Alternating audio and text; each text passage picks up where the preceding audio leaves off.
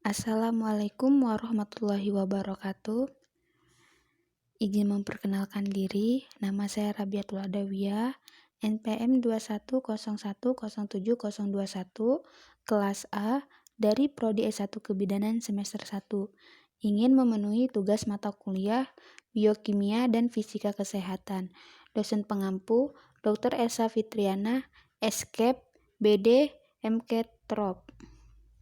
Di sini, saya ingin menjelaskan tentang tahapan-tahapan pemeriksaan, yaitu tahapan pemeriksaan darah hemoglobin, tahapan pemeriksaan darah golongan darah, tahapan pemeriksaan urin untuk kehamilan, dan tahapan pemeriksaan sekret vagina untuk pemeriksaan pap smear.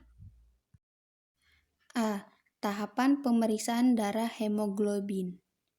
Tes hemoglobin merupakan pemeriksaan yang dilakukan untuk mengukur jumlah hemoglobin di dalam darah. Hemoglobin adalah protein pada sel darah merah yang berfungsi membawa oksigen ke organ dan jaringan tubuh. Selain itu, hemoglobin juga berfungsi mengangkut karbon dioksida dari organ dan jaringan tubuh kembali ke paru-paru. Untuk memeriksa kadar hemoglobin, dokter atau petugas akan mengambil sampel darah. Adapun tahapan-tahapannya sebagai berikut, yaitu yang pertama, bagian yang akan disuntik akan dibersihkan dengan antiseptik.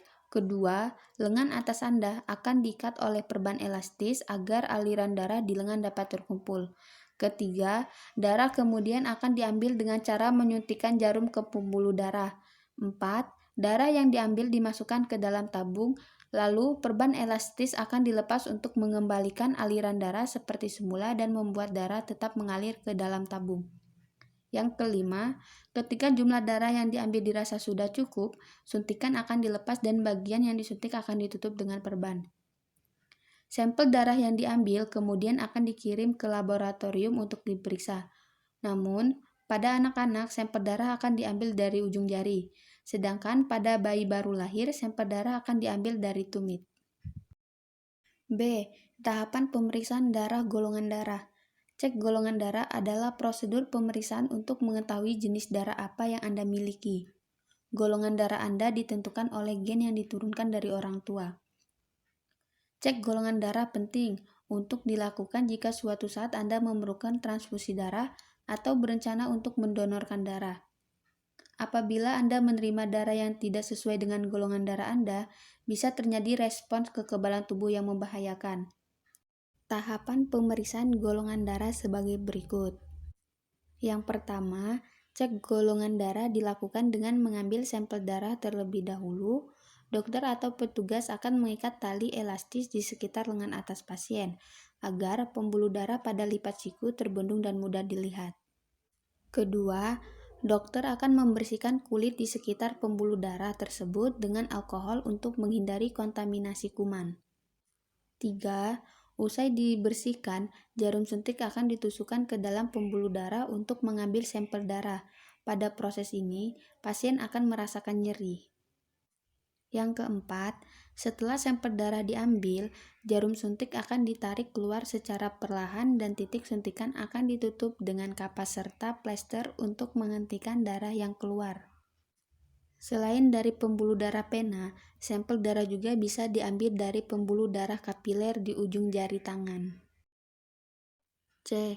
Tahapan pemeriksaan urin untuk kehamilan. Tes kehamilan mengukur hormon dalam tubuh yang disebut Human Chorionic Gonadotropin atau HCG, yaitu hormon yang diproduksi selama kehamilan. Hormon ini terlihat dalam darah dan air kencing wanita hamil sedini mungkin sekitar 10 hari setelah pembuahan. Tes urin chorionic gonadotropin atau HCG adalah jenis tes kehamilan. Plasenta wanita hamil menghasilkan HCG yang disebut juga hormon kehamilan. Tahapan-tahapan sebagai berikut. 1. Bacalah baik-baik petunjuk yang disertakan dalam alat tes kehamilan sebelum mengambil sampel urin. 2. Diskusikan kepada dokter tentang penggunaan tes urin HCG, termasuk pengobatan apapun yang dikonsumsi sekarang untuk memenuhi apakah obat tersebut dapat mempengaruhi tes. 3. Pastikan test pack belum melewati tanggal kadaluarsa. 4. Gunakan urin pada pagi hari pertama kali setelah bangun tidur sekitar 1-2 minggu setelah terlambat haid. 5. Jangan minum cairan apapun dalam jumlah besar sebelum mengambil sampel urin karena hal ini dapat mencairkan kadar HCG dan membuatnya sulit dideteksi. Yang keenam, masukkan stik indikator langsung dalam aliran urin sampai basah, yang memakan waktu sekitar 5 detik. Test pack lain mengharuskan menampung urin dalam wadah dan kemudian mencelupkan indikator ke dalam wadah tersebut untuk mengukur kadar HCG. Tahapan pemeriksaan sekret vagina untuk pemeriksaan pap smear. Pemeriksaan pap smear penting bagi perempuan, tapi tidak semua perempuan memerlukannya. Pap smear adalah pemeriksaan yang dilakukan untuk deteksi dini kanker serviks atau kanker leher rahim. Karena itu, perempuan menjadi objek utama pemeriksaan ini dibanding laki-laki. Meski demikian, hanya ada beberapa kategori perempuan yang disarankan menjalani pap smear dalam kaitan dengan resiko kanker serviks. Pemeriksaan pap smear bisa dilakukan saat sedang tidak dalam masa haid. Selain itu, jangan memakai douche untuk membersihkan vagina sekurang-kurangnya 3 hari sebelum tindakan. Persiapan lainnya adalah tidak berhubungan seksual dan tidak memakai tampon setidaknya 2 hari sebelumnya, serta tidak menggunakan alat kontrasepsi. Anda juga harus membersihkan kantong kemih sebelum memulai tahapan pemeriksaan pap smear. Tahapan-tahapan pemeriksaan pap smear. Yang pertama, memakai baju khusus. Posisi pasien dalam pemeriksaan pap smear mirip dengan proses persalinan normal, maka baju khusus mungkin diperlukan agar prosesnya berjalan lebih mudah.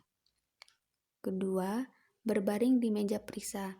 Usahakan serileks mungkin ketika berbaring di meja periksa. Taruh kedua kaki di tempat yang telah disediakan atau dalam posisi lebar.